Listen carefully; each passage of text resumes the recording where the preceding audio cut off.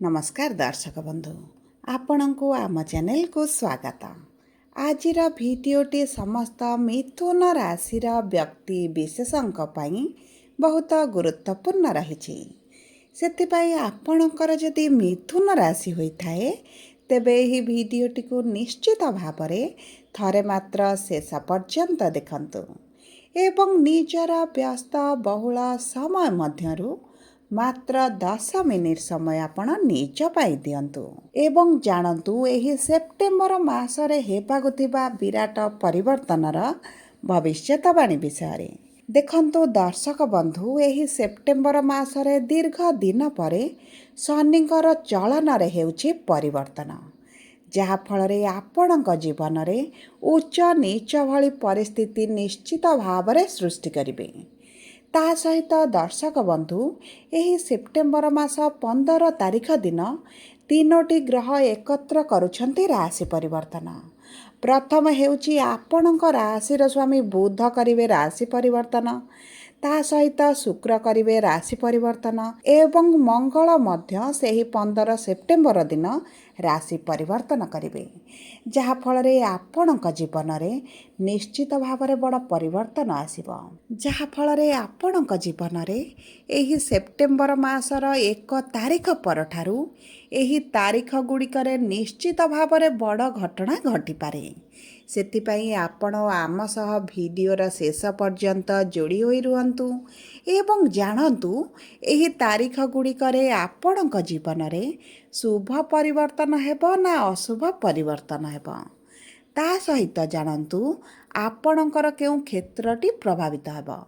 आपणकर स्वास्थ्य ना शिक्षा ना प्रेम संपर्क ना वैवाहिक जीवन ना पारिवारिक संपर्क ना आपणक क्यारियर ना व्यापार वाणिज्य एवं भिडियोटी शेष पर्यंत देखिले आपण जानिबे केउ क्षेत्र रे शुभ परिवर्तन हेबो एवं केउ क्षेत्र रे आपणकु विशेष सावधानी रखिबाकु पड़िबो, आपणकु सतर्क रहिबाकु पड़िबो। ताहा सहित एही सेप्टेम्बर मासरे आपणक जीवन रे आसुथिबा अशुभत्व को दूर करिबा पई भिडियोर शेष भागरे आपणक पई किछिटा उपाय दिया जाइछि, जेउ उपाय आपणक जीवनर अशुभत्व को दूर करी शुभ शुभ फल प्रदान करिबारे सहायक हेबो। चलंतु विलंब न करी कार्यक्रमटी को आरंभ करिबा।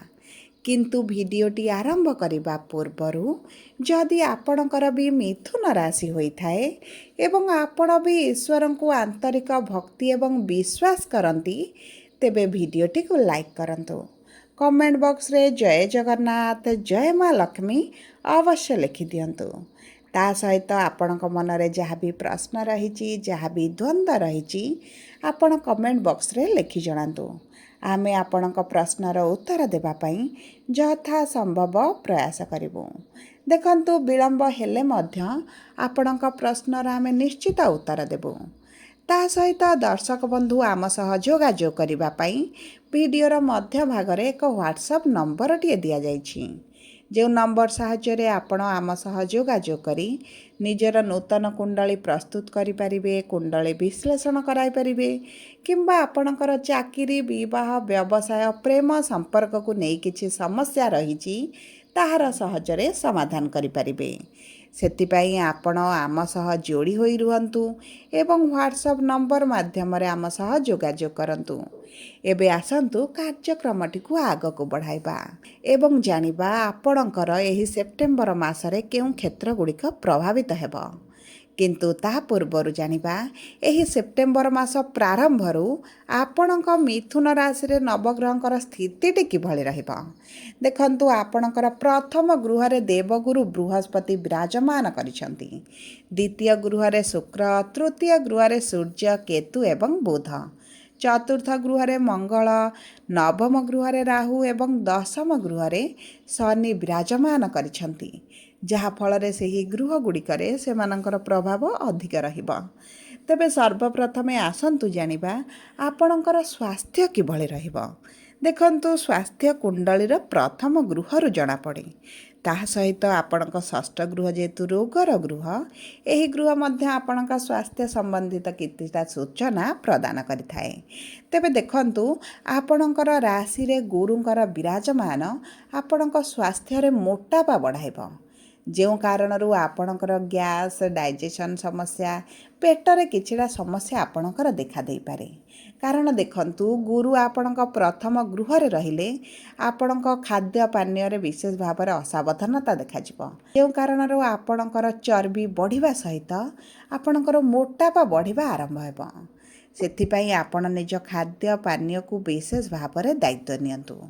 ତା ସହିତ ଦେଖନ୍ତୁ ଆପଣଙ୍କ ରୋଗର ଗୃହର ସ୍ୱାମୀ ହେଉଛନ୍ତି ମଙ୍ଗଳ, ଯିଏ ଆପଣଙ୍କ ଚତୁର୍ଥ ଗୃହରେ ଥିଲେ ବର୍ତ୍ତମାନ ଆପଣଙ୍କର ପଞ୍ଚମ ଗୃହକୁ ବା ତ୍ରିକୋଣକୁ ଗୋଚର କରିବେ, ଯାହାଫଳରେ ଆପଣଙ୍କର ରୋଗ ପ୍ରତିରୋଧକ ଶକ୍ତିରେ ବୃଦ୍ଧି ଘଟିବ। ଆପଣଙ୍କର ପୂର୍ବରୁ ଯଦି ସ୍ୱାସ୍ଥ୍ୟ ସମସ୍ୟା ଅଛି, ଆପଣ ପୀଡ଼ା ଯନ୍ତ୍ରଣାରେ ରହିଛନ୍ତି, ତେବେ ଏହି ସମସ୍ୟା ଆପଣଙ୍କର ଧୀରେ ଧୀରେ ଦୂର ହୋଇଯିବ। ଆପଣଙ୍କ ସ୍ୱାସ୍ଥ୍ୟରେ କୌଣସି ବି ଗମ୍ଭୀର ସମସ୍ୟା ଆପଣ ଦେଖିବେ ନାହିଁ। ତା ସହିତ ଦେଖନ୍ତୁ ସୂର୍ଯ୍ୟ ଯେତେବେଳେ ଆପଣଙ୍କର 15 ତାରିଖ ଦିନ ଆପଣଙ୍କର ଚତୁର୍ଥ ଗୃହକୁ ଗୋଚର କରିବେ ଏବଂ ସେହି 15 ତାରିଖ ଦିନ ବୁଧ ଆପଣଙ୍କ ରାଶିର ସ୍ୱାମୀ ମଧ୍ୟ କେନ୍ଦ୍ରକୁ ଆସୁଛନ୍ତି। ତେଣୁକରି ଆପଣଙ୍କର ଯଦି ସ୍ୱାସ୍ଥ୍ୟରେ ବିଶେଷ ଭାବରେ ଚର୍ମଜନିତ ସମସ୍ୟା କିଛି ଥିଲା, ସେଥିରେ ମଧ୍ୟ ଆପଣଙ୍କର ଧୀରେ ଧୀରେ ଉପଶମ ମିଳିବ। ଯଦି ଆମେ ଦେଖିବା ଆପଣଙ୍କର ଶିକ୍ଷା କ୍ଷେତ୍ରକୁ, ତେବେ ଦେଖନ୍ତୁ ଆପଣଙ୍କର ଶିକ୍ଷାର ଗୃହକୁ ମଙ୍ଗଳ ବିରାଜମାନ କରିବେ। ତେଣୁକରି ଆପଣଙ୍କ ଶିକ୍ଷା କ୍ଷେତ୍ରରେ ଆପଣଙ୍କୁ ଶୁଭ ପ୍ରଭାବ ପଡ଼ିବ।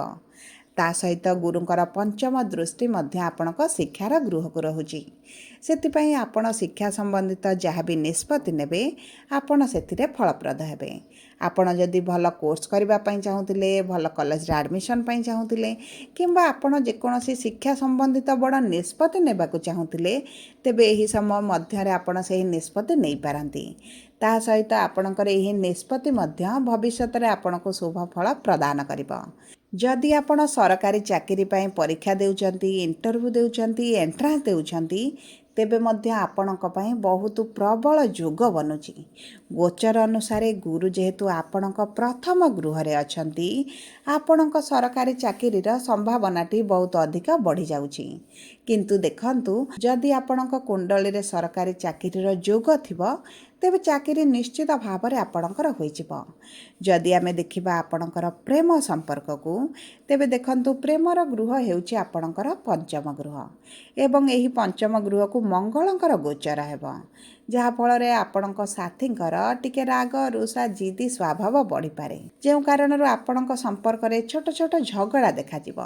କିନ୍ତୁ କୌଣସି ବି ବିଶେଷ ପ୍ରଭାବ ଆପଣଙ୍କ ସମ୍ପର୍କରେ ଆସିବ ନାହିଁ। ଉଭୟ ଏକତ୍ର ସମୟ ଅତିବାହିତ କରିବେ, କୌଣସି ସ୍ଥାନକୁ ବୁଲିବାକୁ ଯାଇପାରନ୍ତି, କୌଣସି ପୂଜା ପାର୍ବଣ ସ୍ଥାନରେ ଆପଣ ଯୋଗଦାନ କରିପାରନ୍ତି ଏବଂ ଦେଖନ୍ତୁ ଏହି ସମୟ ମଧ୍ୟରେ ଆପଣଙ୍କ ପ୍ରେମ ସମ୍ପର୍କରେ ନିକଟତରତା ଆସିବ। ଉଭୟ ଉଭୟଙ୍କୁ ଆବଶ୍ୟକତାଠାରୁ ଅଧିକ ବୁଝିବା ଆରମ୍ଭ କରିବେ। ତା ସହିତ ଯଦି ଆପଣଙ୍କ ପ୍ରେମ ସମ୍ପର୍କକୁ ଆପଣଙ୍କୁ ବିବାହରେ ପରିଣତ କରିବାକୁ ଚାହୁଁଛନ୍ତି, ତେବେ ମଧ୍ୟ ଏହା ଆପଣଙ୍କ ପାଇଁ ଯୋଗ ବନାଉଛି। କାରଣ ଗୁରୁଙ୍କର ସପ୍ତମ ଦୃଷ୍ଟି ଆପଣଙ୍କ ବିବାହର ଗୃହରେ, ପଞ୍ଚମ ଦୃଷ୍ଟି ଆପଣଙ୍କର ପ୍ରେମର ଗୃହରେ।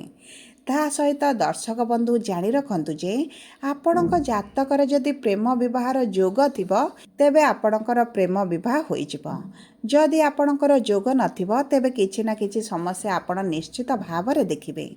ଯଦି ଆମେ ଦେଖିବା ଆପଣଙ୍କର ବିବାହର ଯୋଗକୁ ବା ବୈବାହିକ ସମ୍ପର୍କକୁ, ତେବେ ଦେଖନ୍ତୁ ବିବାହ ପାଇଁ ଆପଣଙ୍କର ପ୍ରବଳ ଯୋଗ ସୃଷ୍ଟି ହେଉଛି। କାରଣ ଗୁରୁଙ୍କର ସପ୍ତମ ଦୃଷ୍ଟି ସପ୍ତମ ଗୃହକୁ ରହୁଛି। ତା ସହିତ ଆପଣଙ୍କର ରାଶିର ସ୍ୱାମୀ ବୁଧ ମଧ୍ୟ କେନ୍ଦ୍ରକୁ ଗୋଚର କରିବେ। ତେଣୁକରି ଯେଉଁ ମିଥୁନ ରାଶିର ବ୍ୟକ୍ତିମାନେ ବିବାହର ଯୋଜନାରେ ଥିଲେ କିମ୍ବା ବିବାହ ପାଇଁ ପ୍ଲାନିଂ କରୁଛନ୍ତି, ତେବେ ଆପଣଙ୍କ ବିବାହ ପ୍ରସ୍ତାବ ଆସିବା ଆରମ୍ଭ ହେବ। ଆପଣଙ୍କ ଗୃହରେ ଯେକୌଣସି ଏକ ମଙ୍ଗଳିକ କାର୍ଯ୍ୟ ନିଶ୍ଚିତ ଭାବରେ ହେବ। ସବୁ ଶୁଭ ସଂଯୋଗ ପରେ ଯଦି ଆପଣଙ୍କର ବିବାହ ପ୍ରସ୍ତାବ ଆସୁନାହିଁ, ବିବାହରେ ବିଳମ୍ବ ଦେଖୁଛନ୍ତି, ବିବାହ ପ୍ରସ୍ତାବ କହି ମଧ୍ୟ ଆପଣଙ୍କର ହେଇପାରୁନାହିଁ, କିମ୍ବା କୌଣସି ନା କୌଣସି ବାଧା ବିଘ୍ନ କାରଣରୁ ଆପଣଙ୍କ ବିବାହ ଗଡ଼ି ଚାଲିଛି, ବିଳମ୍ବ ହୋଇ ଚାଲିଛି, ତେବେ ଦର୍ଶକ ବନ୍ଧୁ ମନେ ରଖନ୍ତୁ, ଆପଣଙ୍କ କୁଣ୍ଡଳୀରେ ଗୁରୁ ନିଶ୍ଚିତ ଭାବରେ ପୀଡ଼ିତ ଅଛନ୍ତି କିମ୍ବା ଆପଣଙ୍କ କୁଣ୍ଡଳୀରେ କିଛି ନା କିଛି ଦୋଷ ରହିଛି, ଯେଉଁ କାରଣରୁ ଆପଣଙ୍କ ଗୃହରେ ମାଙ୍ଗଳିକ କାର୍ଯ୍ୟ ହୋଇପାରୁନି କିମ୍ବା ଆପଣଙ୍କର ରବି ସୁଧୁ ଗୁରୁ ସୁଧୁ ଆସୁନାହିଁ। ସେଥିପାଇଁ ଆପଣଙ୍କ କୁଣ୍ଡଳୀକୁ ବିଶ୍ଳେଷଣ କରାଇବା ଅତ୍ୟନ୍ତ ଜରୁରୀ ଅଟେ। କିଛିଟା ଗୁରୁଙ୍କର ସହଜ ଉପାୟ କରି ବିବାହରେ ଆସୁଥିବା ବାଧା ବିଘ୍ନକୁ ଆପଣ ଦୂର କରିପାରିବେ। ଯଦି ଆମେ ଦେଖିବା ଆପଣଙ୍କର ବୈବାହିକ ସମ୍ପର୍କକୁ, ତେବେ ବୈବାହିକ ସମ୍ପର୍କ ଆପଣଙ୍କର ବହୁତ ଭଲ ରହିଛି।